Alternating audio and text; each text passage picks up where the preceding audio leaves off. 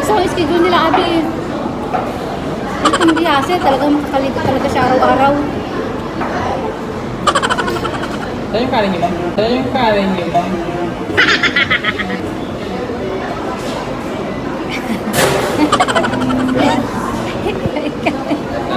Ay, kanin siya. Sige, ulit ka, ulit.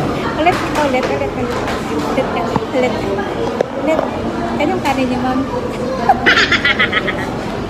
Ulit ka. Yung kanin niyo.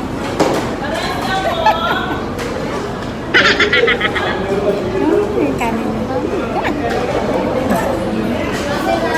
Yung kanin. Kanin na.